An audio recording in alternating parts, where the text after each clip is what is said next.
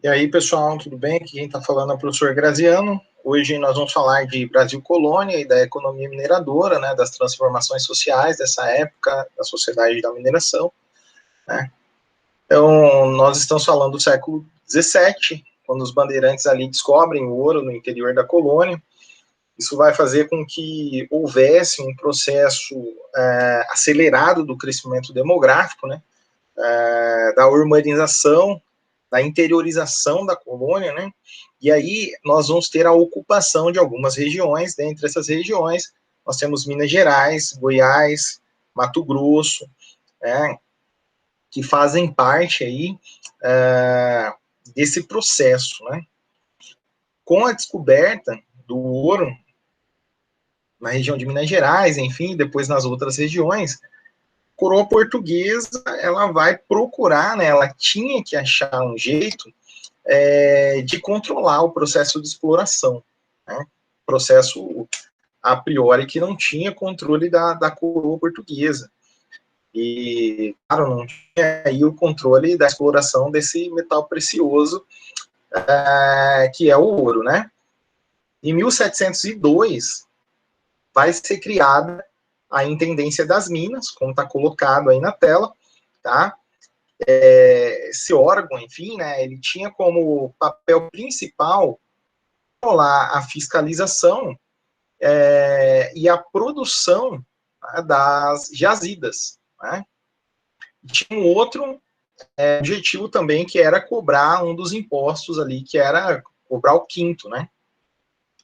Em 1720, foi criada também a Casa de Fundição, né? Em 1702 foi criada a Intendência das Minas, em 1720 foi criada a Casa de Fundição, onde o ouro extraído, né, ele era transformado em barra, e aí ele recebia o selo real, né? Nessa época, vai ficar proibida a comercialização do ouro em pó, né? Então, essa era uma forma aí já de controle da coroa portuguesa. Vários impostos, tá aí o quinto, referente a um quinto da produção, né? Ou seja, 20% do ouro extraído. Nós temos a finta, que é a cobrança anual do ouro, substituir o quinto, a captação, que é o imposto cobrado sobre cada escravo, e a derrama, que era a cobrança dos quintos atrasados, né? O governo português, nessa época, ele devia uma grana para a Inglaterra. Daí eles vão fazer um acordo, esse acordo é o Tratado de Methuen, né, que ficou conhecido também como o Tratado de Panos e Vinhos, tá? Ele ocorre, ele tem aí, né, essa como característica a garantia de isenção fiscal dos tecidos ingleses que chegavam a Portugal, e definia a redução fiscal sobre os vinhos portugueses que chegassem à Inglaterra. Vocês veem que essa relação, ela é uma relação desigual, porque Portugal comprava mais panos do que exportava vinho. Ou seja, essa relação ela era desigual, e aí vai acabar com o déficit da balança, e aí o ouro que era extraído aqui acabava indo para a Inglaterra, tá? Uma vantagem nítida da Inglaterra, né? Em 1720 a gente já tem uma revolta que é a revolta de Vila Rica, né? Justamente contra a instalação dessas casas de fundição, desse controle. Os grupos armados ali vão ser formados por escravos, por homens livres, né? Que aí eles vão invadir as casas para ampliar o apoio, vão querer dominar ali a cidade de Vila Rica, né? Os sediosos, né, esses revoltosos, eles vão invadir a casa do ouvidor da vila, eles vão destruir ali papéis oficiais, uma multidão revoltosa, né? E aí, poucos dias depois, Vila Rica estava nas mãos desses revoltosos, né? Só que, no entanto, essa rebelião ela não vai ser duradoura, né? Os seus líderes vão acabar presos ali. Um dos principais líderes é o Felipe dos Santos, que vai ser julgado, vai ser condenado, né, à morte, né? Uma morte horrenda, foi arrastado pelas ruas, e depois foi esquartejado, né? A tela aí mostra o julgamento aí de Felipe dos Santos, né? E aí, mesmo com a casa de fundição, né, a coroa, ela não tinha garantido todo o controle que ela desejava, né? Mesmo tentando ter todo esse controle sobre o ouro extraído, ela não conseguia. Daí, ela vai criar o imposto lá, que eu já tinha falado para vocês, que é o que nós chamamos de captação, né? O imposto era a captação, que era um imposto pago sobre a quantidade de mão de obra escrava que esse minerador, né, que o minerador ele detinha. Então, quanto mais escravos ele tinha, maior era a quantidade que ele pagava, né? A lei também estabelecia, como eu disse lá atrás, a cobrança de 20% de todo o ouro extraído, ou seja, um quinto ficasse ali, né? Um quinto ficava com a coroa. Inclusive, é daí que vem a expressão o quinto dos infernos, né? É exatamente essa cobrança de impostos, a gente usa comumente essa expressão para mandar alguém a favas, né? É um modo de você ali ser bruto com alguém, né? Nós tínhamos também um outro tributo, chamado direito de entrada, né? Esse tributo, né? Estava relacionado aos produtos que entravam em Minas Gerais, né? E aí esses produtos que entravam, eles teriam que ser taxados, né? Então você tem uma série de cobranças aí que vão começar a descontentar, né? A elite, enfim, né? Quem tinha mais dinheiro nessa época, né? Então na segunda metade do século XVIII, a arrecadação de Portugal, né? A arrecadação de tributos, ela vai cair em Portugal. E aí Portugal, a coroa, vai estabelecer a chamada derrama, que era uma espécie de cobrança dos impostos atrasados, né? Quem fazia essa cobrança era um corpo de milicianos, eles iam lá, tomavam bens, tomavam propriedades, né? E é claro que isso, essa imposição toda da coroa, ela, em algum momento, ela vai motivar uma rebelião, né? Essa rebelião ficou conhecida como Conjuração Mineira ou Inconfidência Mineira, tá? Tá aí a imagem, né? O personagem mais famoso é o Tiradentes, né? Essa parada, né, ele vai ocorrer em 1789, vai ser majoritariamente comandada pela elite, tá? Então não tinha ali grandes objetivos de mudança com relação principalmente à escravidão, enfim, né? Vai ser influenciada pelo ideário liberal, e aí é por isso, né, que os Inconfidentes, eles visavam aí a instauração de uma república, né? Visavam a instauração de uma república.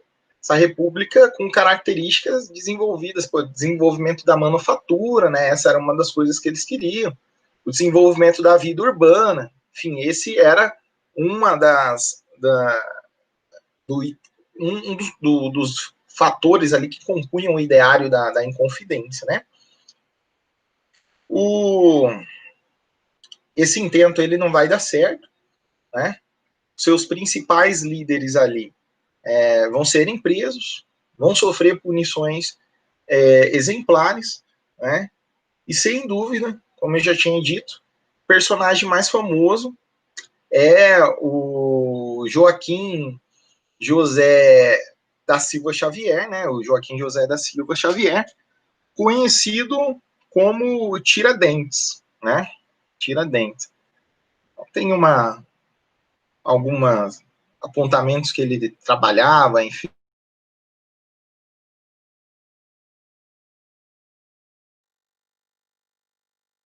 Errada, foi denunciada ali, né? Tinha um X9 ali, chamado José Silveira dos Reis. esse cara, ele devia uma grana para a coroa portuguesa, né? Ele estava devendo a coroa, e daí ele vai dedurar geral, né? Em 21 de abril, inclusive é quando nós temos um feriado nacional, né? Em 21 de abril de 1792, no Rio de Janeiro, Tiradentes vai ser enforcado e esquartejado, tá? Tal como está colocado aí, é claro que essa imagem é bastante discutida, tem toda uma idealização, porque depois Tiradentes vai ser alçado como herói nacional, enfim, mas essa é uma outra discussão, né? Tem quase que como refletido aí, retratado como Jesus Cristo, né? Isso faz parte da propaganda depois, como o primeiro intento republicano, enfim, né? Mas a gente vai ver isso mais para frente, né? A extração do ouro, ela vai fazer crescer os núcleos urbanos, né? Aí vai criar a capitania de São Paulo, de Minas Gerais, do Rio de Janeiro, né? Essas áreas de mineração, elas correspondiam aqui, ó, o que hoje é Minas Gerais, Goiás, parte do Mato Grosso, né? E aí um problema sério que existia nessas regiões era o seu abastecimento, né? Porque existia uma preocupação muito grande com a extração do ouro, e aí sobrava pouco tempo para se dedicar à agricultura de subsistência. Então, como é que acontecia, né, esse abastecimento dessas regiões mineradoras, né? Ela ficava a cargo basicamente do Nordeste e dos Pampas. Esse abastecimento ficava a cargo dessas regiões aí, né? E aí, principal modo de fazer esse abastecimento era através das tropas, né? As tropas de mulas são um exemplo disso, né? Que depois os trabalhadores que faziam esse serviço ficavam conhecidos como os tropeiros, né? Eles levavam vestimentas, ferramentas, né? Eles levavam, abasteciam aí essas regiões mineradoras, né? Mas mesmo assim, mesmo tendo esse trabalho sendo feito pelos tropeiros, ainda faltava uma parte de coisa nessas regiões, tá? Então não eram regiões com abundância de coisas, não. Eram regiões que passavam dificuldade com relação de abastecimento, né? O que esses caras faziam, os mineiros, né? Tinham que ganhar mais grana, claro, o final ali era grana. Então, para ganhar mais dinheiro, eles aumentavam ali o poder de exploração, né? Então, quem sofria eram os escravos, né? Eles eram utilizados para a extração de do minério do ouro, né? De maneira intensiva, brutal, né? E ampliou-se aí o tráfico de escravos para essa região, porque os mineradores pagavam muito caro pelos escravos, né? Mas faziam ali esses escravos trabalharem de forma desumana, né? Nós temos os diamantes, então não era só o ouro, né, que foi que pôde ser extraído aqui no Brasil, né? Ali descoberto no início do século XVIII, na região da comarca de Serra Frio, a cidade de Tejuco, está aqui marcado, né? Atualmente é Diamantina, em Minas Gerais, né? Nessa região que nós vamos ter a exploração dos diamantes, né? Uma personagem conhecida de Diamantina é Francisca da Silva de Oliveira, ficou conhecida na história como Chica da Silva, né? E a história dela escrava, enfim, né? E daí em 1753 ela vai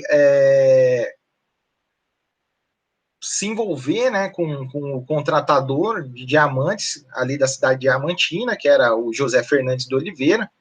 Ele vai comprar a Chica da Silva, né? E depois, né, dela ter sido comprada pelo João Fernandes, a Chica da Silva vai ser alforriada, né? E aí, depois de alforriada, João Fernandes e a Chica da Silva, eles vão assumir uma relação pública, né? Eles nunca chegaram aí a se casar oficialmente, mas eles vão assumir uma relação pública. Vocês imaginem que na época isso era uma coisa de outro mundo, né, cara? Porque o cara com um posto de poder, enfim, se envolvendo com uma escrava, né? Então, isso repercutiu na história, assim, né? Também mostra uma força da personagem, da mulher Chica da Silva, né? Durante quase 2 décadas, a Chica da Silva, ela manteve essa relação com um dos caras mais ricos de toda a colônia, né? Esse cara depois, o José Fernandes, ele vai voltar para Metrópole, né? Em 1770 ele vai voltar para Metrópole. Ele teve 13 filhos com a Chica da Silva aqui, passou grande parte do seu relacionamento aí, Chica da Silva passou grávida, né? Teve 13 filhos, né? Esses filhos foram, inclusive, educados na Europa, né? Mesmo tendo ido embora, né? O marido deixou uma riqueza considerável para Chica da Silva, né? E aí mostra essa relação que não era uma relação comum, né? Aqui no Brasil, com escravagista, enfim, na sociedade mineradora, né? Essa sociedade mineradora, ela guardava aí diferenças substanciais com relação à açucareira, né? Que é um outro grande ciclo que nós tivemos, né? Isso porque você tinha uma faixa larga da população que conseguiu aí acumular mais dinheiro, né? Isso quer dizer que todo mundo ficou rico, mas que nós tínhamos um aumento da camada média, como está aí distribuído, né? Nós temos os ricos, que eram os comerciantes, os donos das minas, né? Camada média, que era padres, garimpeiros, profissionais liberais, e os desclassificados, está colocado aí, que não tinha ofício, não tinha posição definida, né? E tinha os escravos, né?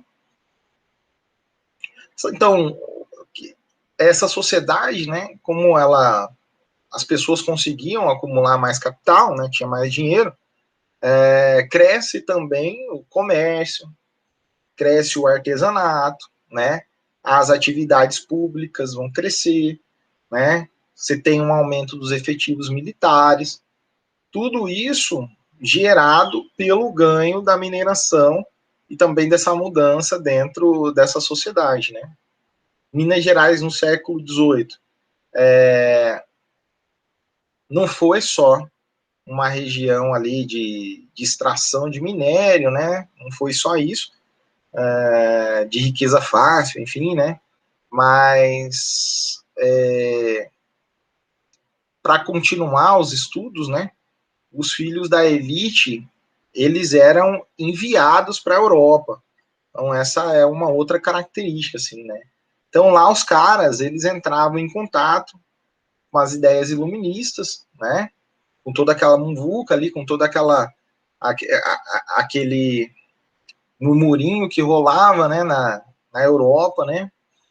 E desse contexto é que nós temos também uma maior instrumentalização, um maior ganho ali no campo das artes, né? E desse contexto, sem dúvida, o nome que mais se destaca é o nome do Antônio Francisco Lisboa, ficou conhecido como Aleijadinho, né? Levou essa tinha esse apelido, enfim, né? Porque ele contraiu uma doença, acabou deformando as mãos dele, enfim, a mão dele, né? Então, mas mesmo assim o cara continuou trampando várias obras arquitetônicas. Ali o cara estava à frente, né? Muitas obras sacras são ali feitas pelas mãos do Aleijadinho, né? O que fez aí, claro, que ele fosse reconhecido na época como um dos maiores artistas e que continue também, né, sendo relembrado como um dos principais artistas do Brasil, né, cara? Não só do período. Eu acho que para essa aula é isso, né? A gente fez um apanhado aí sobre a mineração, né, e a sociedade mineradora. Condensamos aí um conteúdo, né? Claro que nós temos muito mais coisas para conversar aí no desenvolvimento, né, dessas videoaulas, né? Continuem aí seguindo o cronograma, fiquem atentos às atividades que estão sendo postas, né, propostas para vocês. E até a próxima, pessoal. Tá? Falou!